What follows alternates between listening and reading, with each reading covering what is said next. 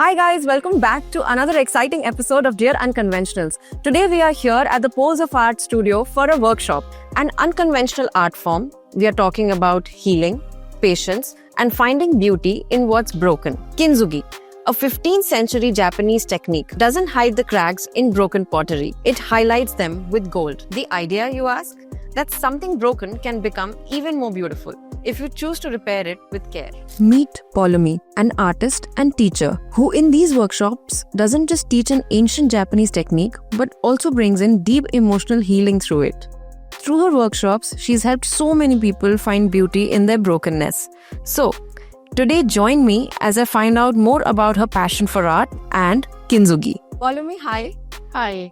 And we've seen you set up very beautifully. But before we begin, I also want you to tell me something about the art form that we are going to be doing, which is, please tell me for especially the ones who don't know about this art form at all, that what exactly is Kintsugi and what does it entail? Okay. So, thank you for appreciating the setup. Kintsugi is a Japanese art form which is based around the idea of healing, regeneration, and being able to accept ourselves for what we are. It started, I think, long ago, as old as 15th century, I think, in Japan. And initially, it started as a process of preserving things that would break inadvertently, accidentally, heirloom items, a lot of, because ceramic pottery was something which the Japanese were very good at even back then. So a lot of beautiful ceramic pottery was preserved using this method of sealing the cracks or the broken parts or replacing them with gold. So that the cracks kind of become a unique part of the object's history. That thought was very beautiful when I first came across it, because I think we spend as people so much time in our life not addressing the parts that break us, trying to constantly hide them, trying to constantly hide behind the show of strength that we put out for everyone out there, that we forget that those cracks make us who we are. Like, those are not just cracks, but they are our battle scars, and we should learn to wear them with pride. So the gold enhancing those cracks is very poetic if you think of it. So Kintsugi as an art form is a reminder that you are always going to make it through. That is why it's something that I genuinely feel a lot of heart in, and that's how we started conducting these sessions. And so far we've been very lucky to find a beautiful community around this particular art form. Lovely. And how beautifully you have put it. And I can't help myself but ask you that how did your journey into art begin? And how did your journey with Kintsugi begin? Were you also going through something in your life and you came across this, is it? Actually, I would address your first question first. My journey with art was, I think, just serendipity. There is no other word for it. I had a career. I was teaching in Delhi University before this. This is during the pandemic, 2020. You were teaching art? No, I was teaching literature. I had nothing to do with art. Nothing to do with art. Nobody in my family has anything to do with art. Oh, wow. I was always good with art, like growing up, but I come from a very strictly academic family, very focused on, personal achievements, professional achievements. So my path was very set from the beginning that I have to do something, traditional. Traditionally. So traditional and conventional, also something which is, quite set in terms of your professional growth, in terms of being able to see a path forward for yourself. So my art journey started simply as a process of personal growth for me. During the pandemic, because everything around was so depressing and hard to deal with, and the isolation of the pandemic was so much for people like us living in nuclear families where, we were just like prisoners in our own homes. after the first couple of months, I really started questioning. Teaching had moved online completely. So that Right. sense of community that you have in a classroom was also gone. So I just started finding out, thinking about really hard ways to express myself, which can be done by myself without, like reaching out to somebody to go to meet somebody or to like have a community, physical community to interact with.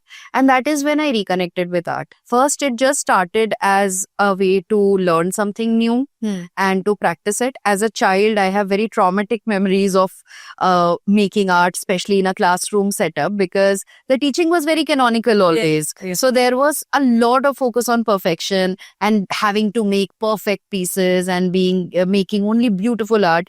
So I think wanted to have some space to not have to be the best in what I do, to not take the pressure to do something amazing at the first go, to just take the space to do something because I want to, do something because it gives me joy, and do something because I can teach myself. Art is fairly personal, right? It is very personal. And that's how I started. I sat one day with my set of watercolors and made a very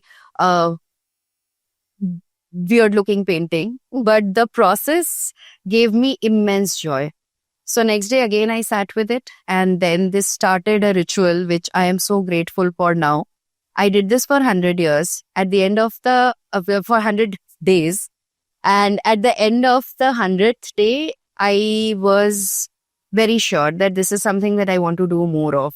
And that's how it started for me. And then slowly I started an Instagram page, which is called Poles of Art. Yeah. Came from my name, but I wanted to have some part of art in it, hence Poles of Art.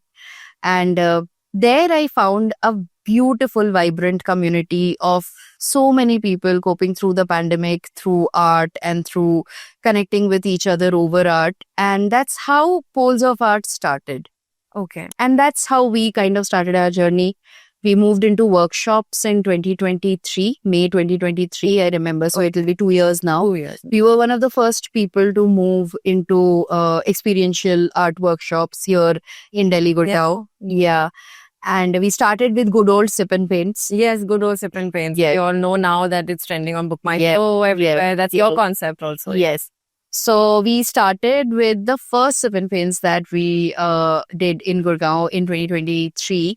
And the idea was simply this. So by this time, our merch line was established. We were doing well with our merch, and our paintings and our original pieces were being also put out in exhibitions and all.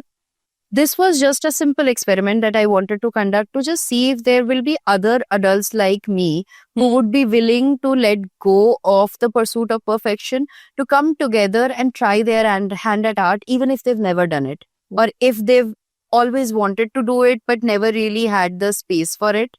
So that with that thought, I just thought I'll do one event and see how it goes. And from there, we'll see it, if it makes sense. I didn't have a lot of hopes. I still remember the day before my first event. I remember asking my family that what if nobody comes? Okay. And then they were like, then we'll just sit and paint and we'll just make a day out of it. And but people did come. We had a full house in the first event. And after that event was done, I knew that I definitely want to do more of these.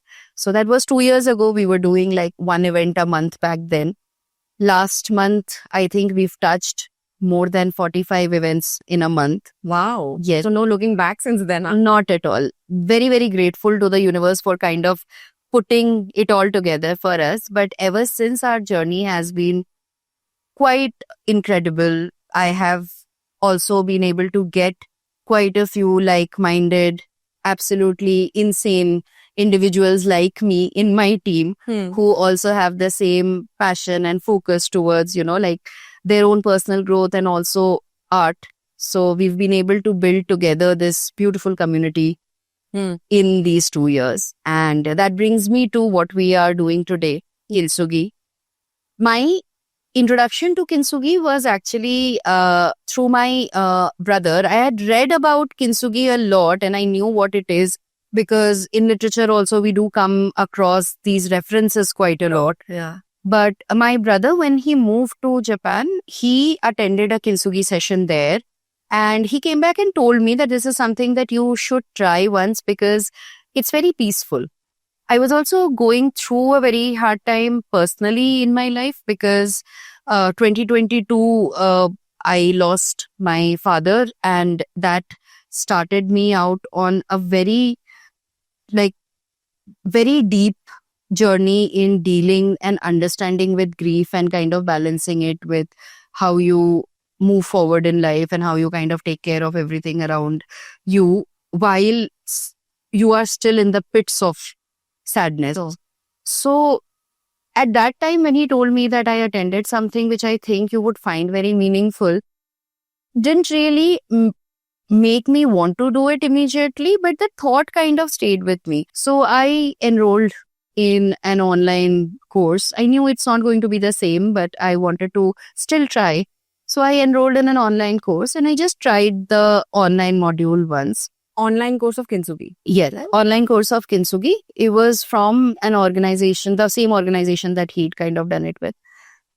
And it just seemed like something that suddenly, like a lot of unanswered questions in my head suddenly made sense. Just the simple act that breaking of the bowl and bringing it back together, it's not something that has to be seen as like one continuous act. It's a metaphor for how life happens to you.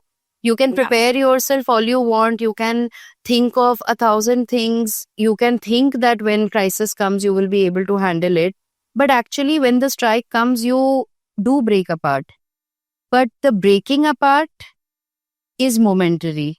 What matters is how you put yourself back together after that. And that journey really, really made sense for me. Now we've been doing it for more than half of this year, and it's been one of the most wonderful sessions that I'm we sure, conduct. I'm sure that the city needs it, the country needs it, and there is a purpose that you're actually fulfilling with this art form. I hope you know that. So, is it safe to say that it's less about utility and more philosophical?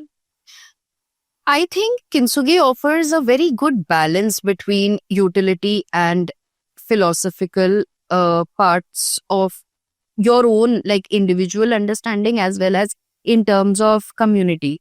Because Kintsugi not only just talks about the idea of, repairing your own inner brokenness and healing, but it also sustains itself on the philosophy of regeneration, which connects to how we look at the world today in terms of ecological balance, in terms of sustainability, in terms of being able to reuse things rather than, like the entire philosophy of slow living, being more mindful about consumption, being more mindful about material wastage. You're literally putting together something that is broken and would have gone to waste, but you decided to not only put it back together, but also give it a new lease of life, embellish it in a way that it can be used again. And, like if it were to get destroyed again, you know how to put it back together.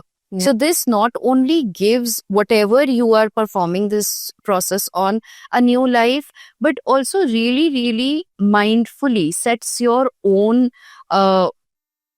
responsibility towards the world that we are living in. And also dealing with life. Yes. Yeah. So tell me that it's a very fast-paced world. It's more of now something called throwaway culture. How do you explain so many people still coming in for this art form and being so patient and doing it in this sort of a setting today? So I think one of the things that has always been very helpful, particularly for Kintsugi, is to ground people in the present. Kintsugi has a very spiritual approach to it. You have to approach it from a point of mindfulness.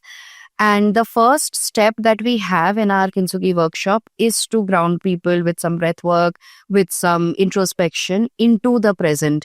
The fact that the next 2 hours are supposed to be for you, for your introspection, for your thoughts, so that you can clearly be in touch with who you are. We set the expectations right at the beginning that this is not a workshop about beautifying the bowl that you break. It is a workshop about acceptance. It is a workshop about letting go.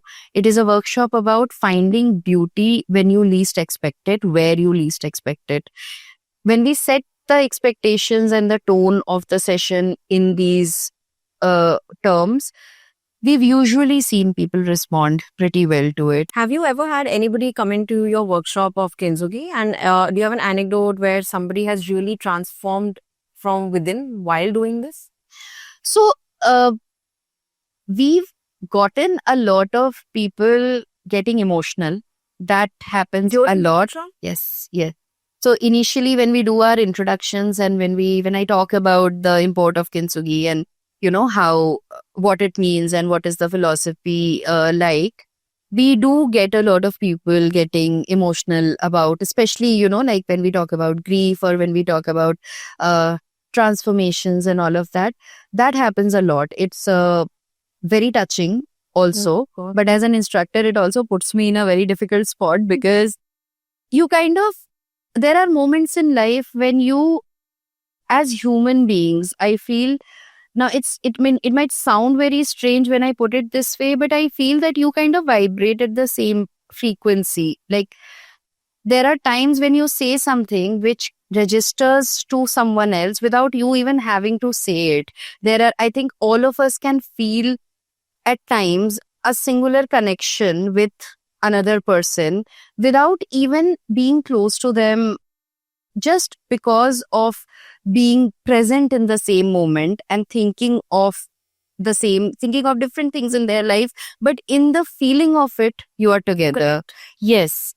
I think this is something that tends to happen a lot in our Kintsugi session, that people feel that no matter what their particular individual triggers are, individual journeys are, individual struggles are, but there are sufferings in everybody's life. There are broken parts in all of us. Yeah. And just to be able to sit and do this with other people, knowing their vulnerability, knowing that, they are also probably thinking of 1,000 different things like you are, it gives you a very deep sense of camaraderie. It's a very unexplicable kind of camaraderie where you kind of just know that, in this moment you are kindred souls.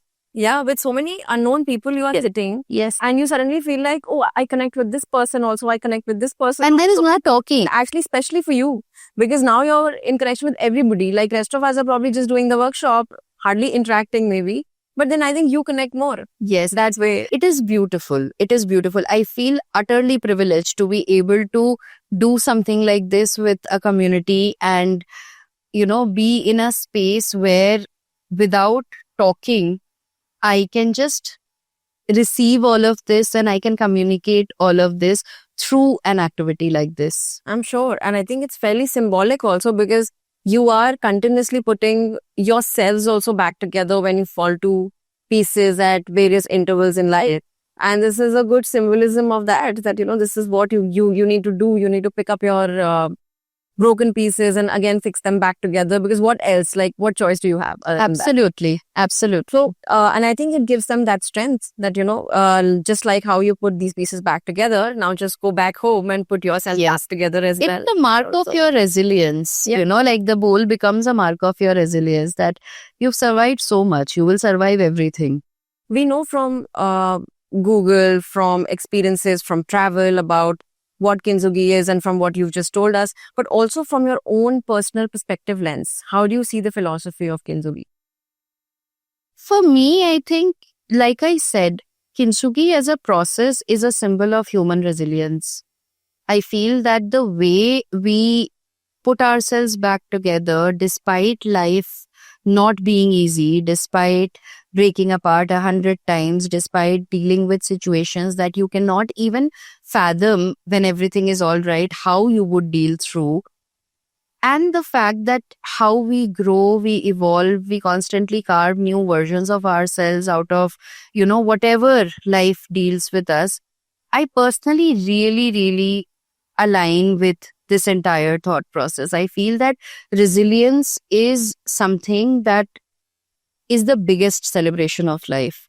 The fact that you can rise from your ashes again and again and again is something which is not a small feat, and yet we do it. We all do it. We all do it in so many different ways, and we hardly give ourselves enough credit for this.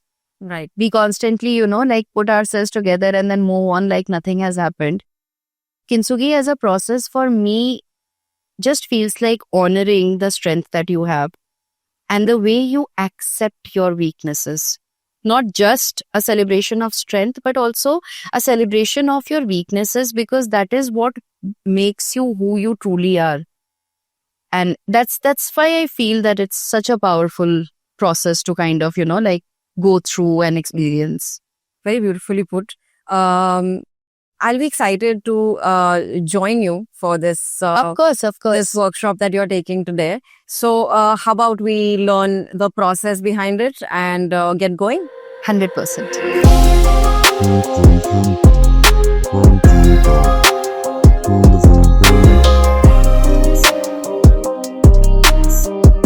Okay, so this is exciting. We're all set, Polumi. Hope I also do well. So, can you just guide us through the process of how this is going to happen? Okay, let me just first get started with telling you that doing well is not the point of this activity at all. What is important is we give our 100% and do this mindfully. When we are doing this, this is all that we think and care about. That's all. The process is fairly simple. In original Japanese version of Kintsugi, the ritual is performed on already broken pottery. But here, because we do it as a mindfulness practice, we break it first because it's, of course, symbolic of life's journey. Sure. So what we're going to do is we're going to first wrap this bowl in this cloth. Then we are going to strike it with the hammer, break it, open it up, observe the pieces, understand how to put it back together slowly, one piece by one piece. We first use a masking tape to kind of stick it together so that we know which parts we want to keep and which parts we want to let go of. Okay. Once your bowl breaks, you have to do a lot of very introspective decision making around what part of the bowl do you want to reconstruct.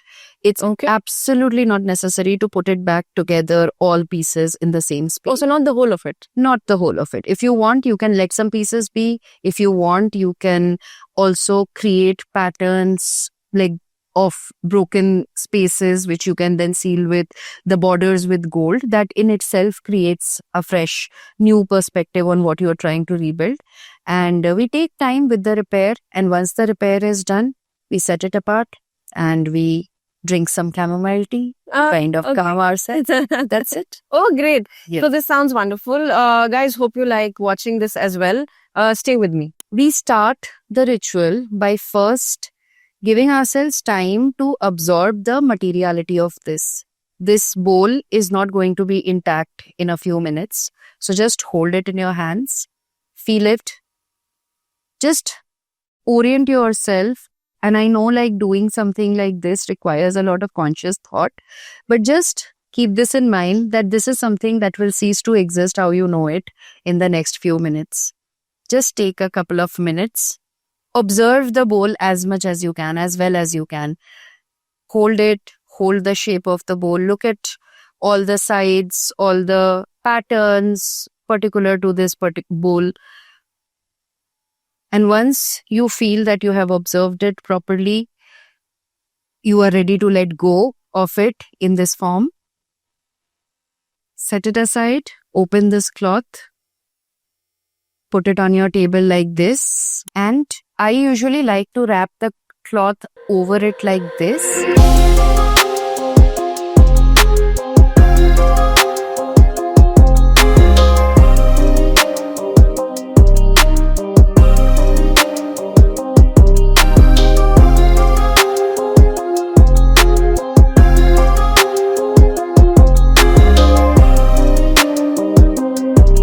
Now it was my turn to break something on purpose. A little scary, but also oddly freeing.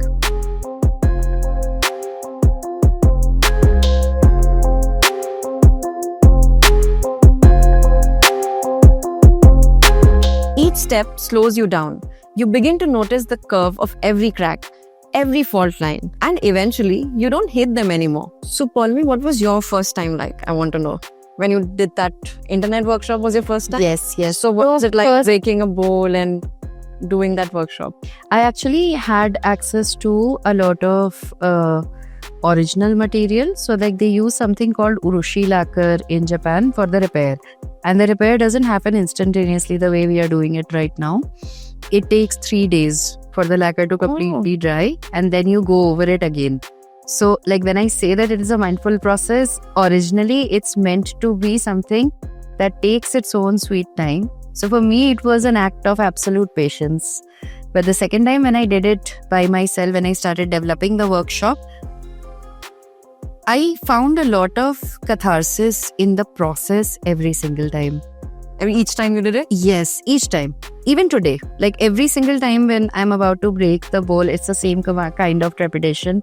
And when I start the repair process, it's the same kind of calm and peace that I get.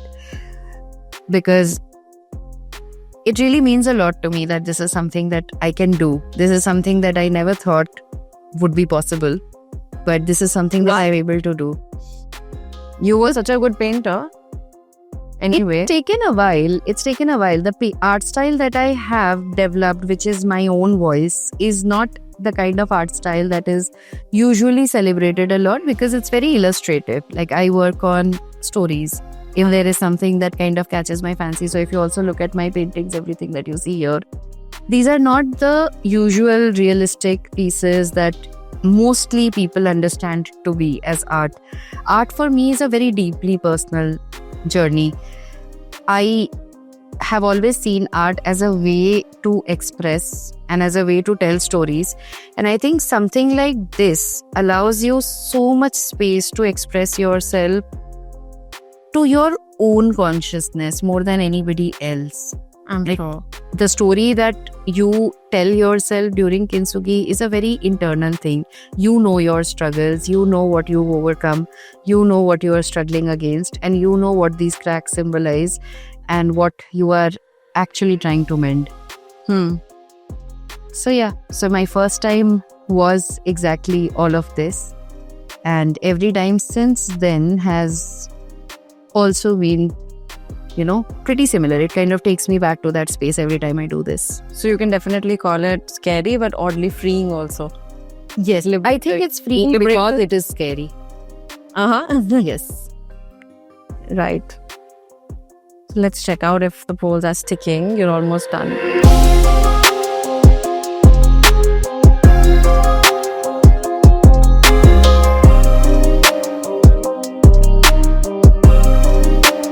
So what's the idea behind putting the golden lines outside as well?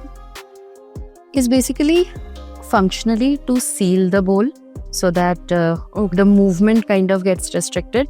But also I think you can really fill in the glue in the cracks. A lot of times when you kind of put it together, it won't stick. So if you look at it philosophically, it's about, like acknowledging where it hurts and giving, like, keep on nourishing the healing process. So if you look at it that way, then like these cracks that show up might not come together just because you've put the glue and kind of like forced it together. Every single time you put one more additional layer of gold on top of it, you're kind of giving back to yourself in terms of healing, and that is what will consolidate the entire structure. Oh, now I get it. So while we wait for it to stick together, so as we wait for our respective bowls to dry up, I want to really know that, give our audience 3 reasons to do Kintsugi. Okay. So my first reason would be because you need to experience the slow life and take some time out for yourself. The second reason would be this is something that is going to add a lot of value to you in terms of the import that you take back. You will go back feeling much calmer, much more at peace, and much more in touch with yourself. And the third reason would be, it's just a beautiful process. You have to witness it to not just understand the import of life philosophically, but also to learn something that is a skill that you can use to mend any piece of ceramic at your place, which you will never have to lose out on due to breakage, accident, anything, because you can just change the form and keep it with you forever. So yeah, I think that's it. Lovely. I've attended Paulomi's workshop today, and she's an incredible instructor, guys. So I'll recommend that you definitely get in touch with her and her team and attend this workshop. You guys will love it. Please tell our viewers how they can find you. You're maybe on Instagram and or even YouTube, wherever. Sure. So we have a thriving, wonderful community on Instagram. Our handle is @poles.off.art. We also have a YouTube page where you can see all the behind the scenes and extensive coverage of everything that we do, and a lot of wholesome, heartful content. It's same handle @poles.art, and you can just link it. Definitely. We'll link the link. We'll keep the link in the descriptions below. Yes. And we are also there on Facebook. If you are comfortable with Facebook, then we also post a lot of cute stuff there. So that, and come for our event sometime. You would get to experience something like this in person, and we would love to have you as a part of our community as well. Great. So, Paulomi, thank you so much. I have absolutely enjoyed interacting with you, knowing about this unconventional art form, and attending this workshop as well. So, thank you so much for letting us. Thank you so much for having us do this with you. It's always wonderful when somebody who understands the value of something as mindful as this kind of comes together to experience it. So thank you so much, and all the best. Thank you so much. I hope you like being on the channel.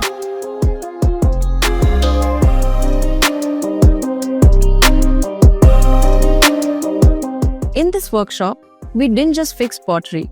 We listened, we observed, we slowed down, we gave grace to what was once broken.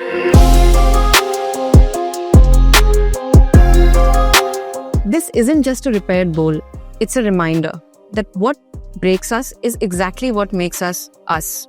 We often rush to fix things, ourselves, others, our lives, but Kintsugi teaches us that the repair is actually the beauty of it. So, if you guys enjoyed this episode, please like, share, subscribe, and do visit a workshop on Kintsugi. And please do remember that the cracks don't mean you're broken, they mean that you've lived.